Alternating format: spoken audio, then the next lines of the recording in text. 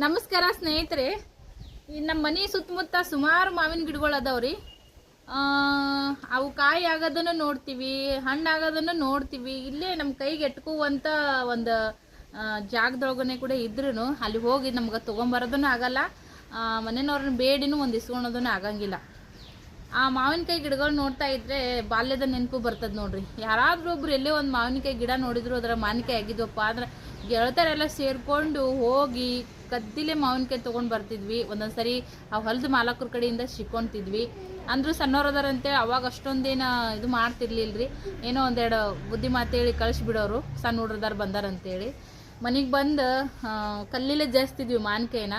ಕಲ್ಲಿಲೆ ಜಜ್ಜಿ ಮತ್ತು ಹಳ್ಳುಪ್ರಿ ಕಲ್ಲುಪ್ಪನ್ನು ಹಚ್ಕೊಂಡು ತಿಂತಾ ಇದ್ದ ಬಾಯ ನೀರು ಬರ್ತಾವೆ ನೋಡ್ರಿ. ಬಟ್ ಇವಾಗ ಇಲ್ಲೇ ಇದ್ರೂ ಕೂಡ ಹೋಗೋಕ್ಕಾಗಲ್ಲ, ಯಾಕಂದ್ರೆ ಇವಾಗ ಬೆಳೆದಿದ್ದೀವಿ. ಪ್ರೆಸ್ಟೀಜ್ ವಿಷಯ, ಸಣ್ಣವ್ರ ವಯಸ್ಸಿನಾಗ ಲೈಫ ಚಂದ ನೋಡ್ರಿ.